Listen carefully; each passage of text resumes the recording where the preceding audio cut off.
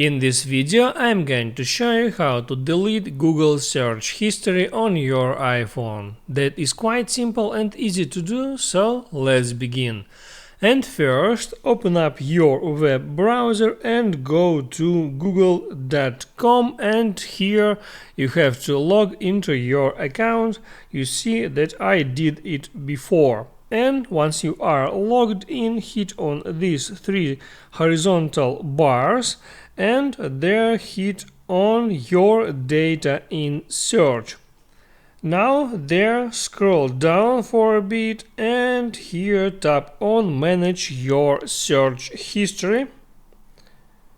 And now there you can hit on that button and there select which search history data you wish to delete.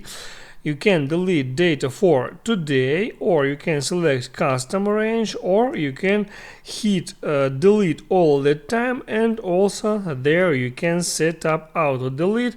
You can hit on that and set auto deletion of your web search history for like about 3 months, 18 months, 36 months, and if you wish you can left it enabled.